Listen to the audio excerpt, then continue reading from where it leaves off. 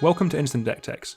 The aim of this series is to give you a short, concise guide on how to build a certain deck. It won't cover every card, but we'll go through all the categories and go over the types of cards needed to make the deck work. Any card mentioned will be down in the description below. The commander of this deck is Grist the Hunger Tide. It is 1 black-green for legendary planeswalker Grist, which comes in with a starting loyalty of 3. It has a static ability of, as long as Grist isn't on the battlefield, it's a 1/1 insect creature in addition to its other types. This importantly means it can be your commander. It also has +1, create a 1/1 black and green insect creature token, then mill a card. If an insect card was milled this way, put a loyalty counter on Grist and repeat this process. -2, you may sacrifice a creature. When you do, destroy target creature or planeswalker. And -5, each opponent loses life equal to the number of creature cards in your graveyard. The aim of this deck is to self-mill ourselves, filling up our graveyard and gaining value along the way, so we can get to the point where one ultimate of Grist will be enough to win the game. We'll be running some insects, but this will fall a little short of being a full-blown insect tribal deck. There just aren't that many at the moment to fill out a deck, but we can also use some shapeshifters to make up some numbers. So keep an eye out for them in the relevant sections as we go through, as getting additional counters on Grist when we activate its first ability will be very good. Okay, before we get to the meat and potatoes of the deck, let's talk about Maskwood Nexus and Conspiracy. These cards can turn every creature in the deck into an insect, so it'll make the plus ability of Grist much more likely to be a hit. So as such, these become pretty much an auto-include in the deck. Then there is also Ashes of the Fallen, which if you choose Insect, will make all of your creatures insects as soon as they hit the graveyard. This includes any creatures put there by the +1 ability of Grist. This will mean any creature milled from its ability will allow you to repeat the process again. At time of recording, this is correct, but might be worth double checking the release notes when the full set is up, as Grist can be a little confusing. Okay, getting into the deck, and we're going to start with card draw. In a deck like this, the graveyard is an extension of our hand, so as such we want to run a load of cards that dump things into the bin. The ones on creatures are better, as they'll play into the -5 ability of Grist. I normally like these effects to be as cheap as possible, but as Carrion Grub is an insect, it does have a place in the deck. I've included Mesmeric Orb on the list, as it just does a really good job at putting things in the graveyard, so although it's not a creature, it would still get in for me. After those, you can run some more regular forms of card draw. Skullclamp will be great with all the insects our commander will make. Realmwalker is effectively card draw, and being able to see what's on top of our library before we mill it will be very helpful. And then Beast Whisperer is just really good in a deck with this many creatures.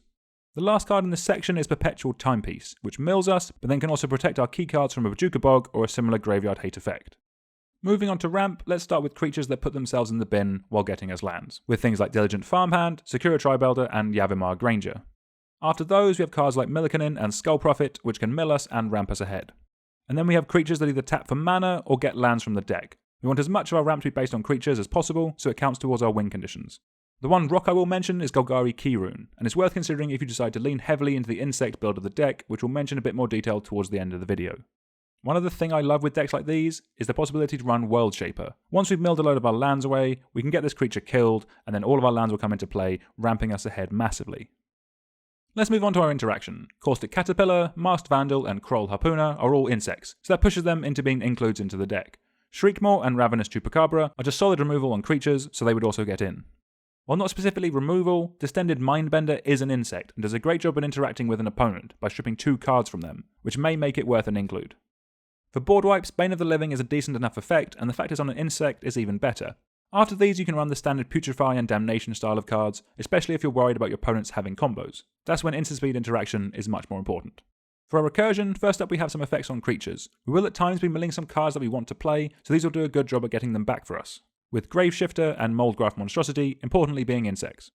The best of these effects, however, are Dread Return and Genesis. These can give us recursion straight from the graveyard, so give us a benefit even if they've been milled. This comes in handy more often than you think. The next section isn't a must, but it is one I like, and that's running a couple of cards with Proliferate. When played at the right time, these can allow us to get our commander to ultimate a turn earlier than our opponents were expecting, which is a very nice bonus of having a planeswalker as a commander. If you decide to play those, then you can also play Plague Stinger and Phyrexian Swarmlord for a bonus Infect Alternate win condition, which is unlikely your opponents will see coming. Before we get to the dedicated win conditions, I just want to touch on some awesome cards we can run because of the makeup of our deck. We have Azoni Thousand Eyes, Kesh's Cagebreakers, and Spider Spawning. These can make us a ton of tokens and a commanding board state with very little work. So I know life gain for the sake of life gain isn't particularly very good, but Gnaw to the Bone is a great magic card in these kind of decks. Being able to gain 40 life isn't anything to be sniffed at. I've always been happy to see it in my graveyard, and it's got me out of a tight spot more than once. And then of course there is Living Death, which while it may be a bit of a nombo with our commander, if Grist ever becomes too expensive to recast or keeps getting answered, Living Death is a pretty good backup win condition. It's pretty much a guarantee you will have more things in your graveyard than your opponents.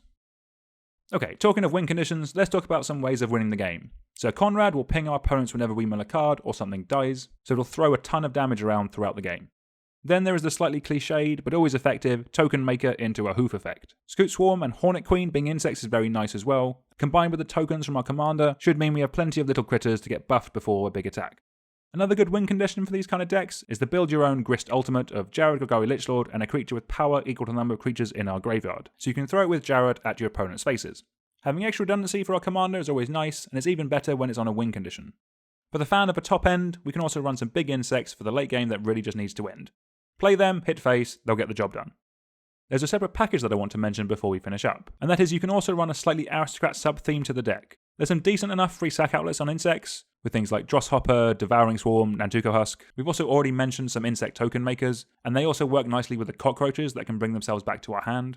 And then of course there is Mazarek and Gleancrawler, which do a lot of work in these kind of Aristocrat style decks. It would mean if you were going this way you need to run some Blood Artist drain effects as well, but it is something to consider if you want to build that kind of deck. We've recently released a video on Chaterfang, the base of which is very similar to how you would build Grist as an Aristocrat deck. So if you think of going that way, you can give that a watch and basically replace the squirrels with the insect cards that we've mentioned here. Okay, rounding off the deck with some utility lands, Swarmyard gets a mention for being able to regenerate insects. You can then also look to run some cards that will benefit from what the deck is trying to do. Crypt of Agadeem, with any luck, will be netting us some extra mana. Mortuary Mire is some redundancy on the recursion front. Dryad Arbor is a creature in our graveyard, so it adds to that count. And Westwell Abbey turns insects into a 9/7 demon, so it's pretty good. The rest of your mana base will be very dependent on what you have available to you. We've recently released a video with some advice on building a deck with a budget mana base, which might be of help. Until next time, please like, share and subscribe, and let us know down in the comments if there are any commanders you'd like to see a deck tech on. Thank you very much for watching.